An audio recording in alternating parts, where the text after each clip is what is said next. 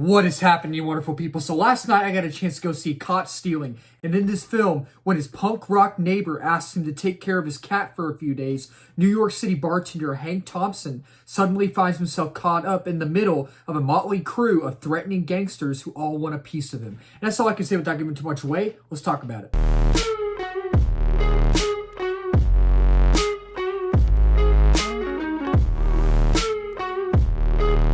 So with Caught Stealing, I actually didn't have really big expectations for this film, but it's kind of funny because I watched the trailer once and then saw the trailer in theaters and then rewatched it over and over and over again. And this is actually my introduction to Darren Aronofsky's work. And I have to say, because this is the first film that I've seen from him, he's a solid director. Not one of my favorite directors, not one of like the best directors in the world, but I think after this, it really does cement him as a solid director, and I'm really interested in seeing more of his films. I think he did Requiem for a Dream, which I hear is really good, but I hear is insane. But I do need to watch that and a few other films as well. And with this film, I watched the trailer multiple times, and I just thought to myself, this really looks original. This looks like an original IP, which it's actually not. It's based off a book. I found that out last night, which I was kind of shocked by. But after having seen the film,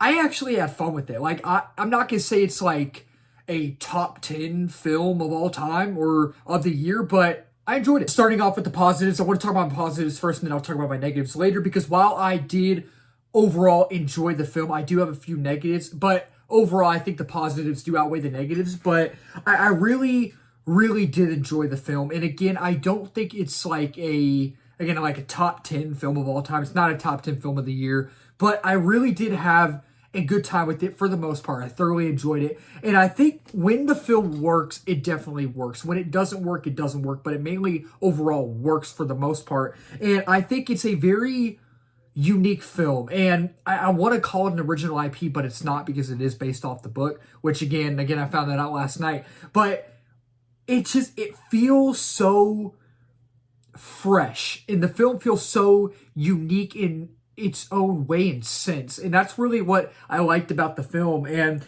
it's honestly, you wouldn't think it's a funny film, and most of the time throughout the entirety of the film, it's very just in a way melodramatic, especially towards the end. It slowly starts to like dwindle down into like a bleak, depressing film. And it's just, but it is funny at times. There are some legit funny moments that made not just me laugh, but the crowd I was with laugh. And it's a good story. I have some issues. My main issues are about the story, but the story as a whole, like what the plot is, I really dug the story. It's just a very fresh and unique film, and I just had fun with it, and it's just something about it just clicked and worked for me. Like, wasn't a big fan of the flow and the structure of the story. I'll talk about that later, but I'm just talking about the story as a whole, like just what the story had to offer. I really, really had a good time with it. It was messy at times, sure, it was a little bit messy, but I had a good time with it, and this is my introduction to Darren Aronofsky's work, and I don't know, it's just the way he crafted this film, just the overall aesthetic and the overall atmosphere of this film, which he's originally from New York, I believe, and you could tell that he loves his hometown, his home city, and you could tell that he really took care of this film, and you could tell that he really wanted to represent New York in a way, New York City in a way that he remembers, that he grew up remembering. And I love the overall New York aesthetic and atmosphere, and it feels very gritty and it feels very raw, and the color grading really does represent the tone well, and it really does represent New York well, and I think the tone does represent New York well, and the tone represents all the people well in the film. Like, it's truly New York, like you've never seen it. It's New York in this film, and it's insane. And I thought everybody in here was absolutely phenomenal. I thought Austin Butler is so good in everything he's in. I thought he was really a standout in this film, and you really see emotional depth with this character. You really see just how this character starts out and how he starts to just go down this rabbit hole of darkness. And it's really a good character study. It's a really good character study, but it's also just kind of, in a way, depressing to watch. But I also thought Zoe Kravitz was great. While she's in it some, not a lot. She has a big role, but she's not in it as much as I thought she would be, but she's still great. Always good to see her. She's a great presence on screen. And I really think that this is a duo that I did not know I needed to see on screen at all. Love Vincent D'Onofrio. I love seeing him in everything. Liev Schreiber, I love. Haven't seen him in a while. It's good to see him in this. Them as a duo, they're not in it much. They're mainly in it towards the end of the film. Vincent D'Onofrio and Liev Schreiber, that is a duo that I did not know I needed to see. That is a duo I want to see more. Absolutely love both of them in this film. And Regina King, I have not seen her in a long time, and I have to say, out of everybody, surprisingly, she's a great actress. She is. Standout.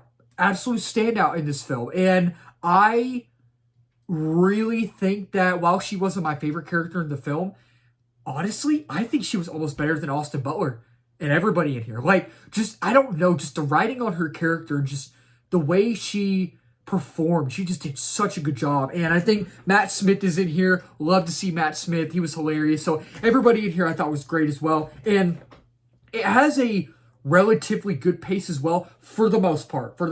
And I really think that, again, I love the overall aesthetic. I love, again, the overall vibe, especially the New York aesthetic and atmosphere. And it's everybody in here just did such a good job. And the overall thing with this film is that it's super entertaining.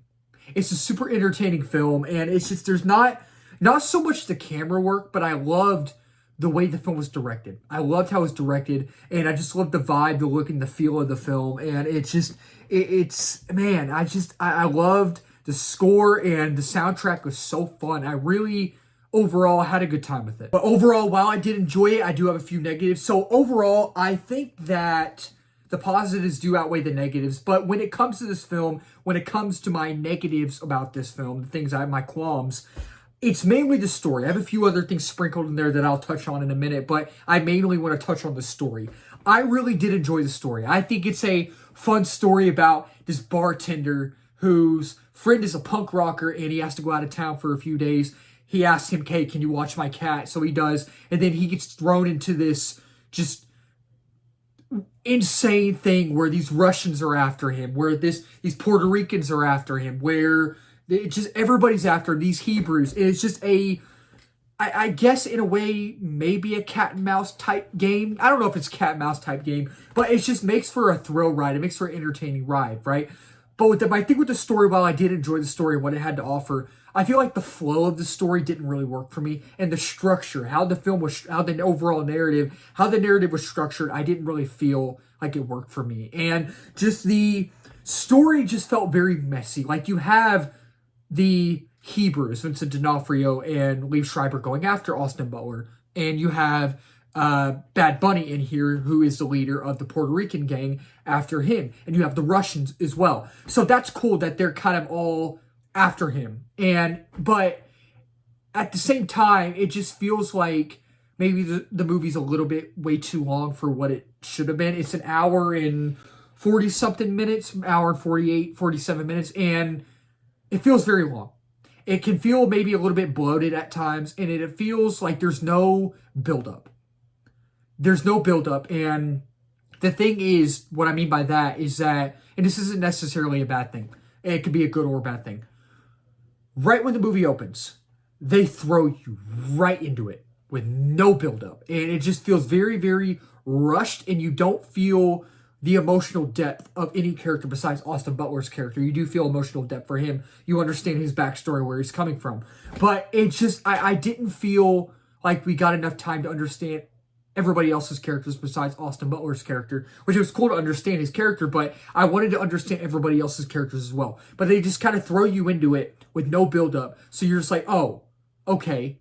I kind of would have liked to see this really ramp up and build up. That would have made for a better better time. And I feel like, again, the script doesn't know what to do with some of the characters. And besides our main character, Austin Butler, again, there's no depth for any other characters. There really isn't. And they kind of throw you right into the middle of it. And it just somewhat feels very, very rushed. And overall, I really did enjoy the film. But if I were making this film, if I were the director of this film, I would have said, hey, we need to work on the structure some more. We need to work on the flow of the story some more. While the story is intriguing, while it is good, I really think people will enjoy it more if the structure is better and if the flow is better. So yeah, overall, with Caught Stealing, this is a film that I really had no expectations for, but then had expectations for after seeing the trailer, and especially seeing the trailer on the big screen. And I was like, okay, I really like the vibe of this trailer. I really cannot wait to see this film, and I ended up really enjoying it. So with Caught Stealing, I will give this film a 3.5 out of 5 stars. And with Caught Stealing,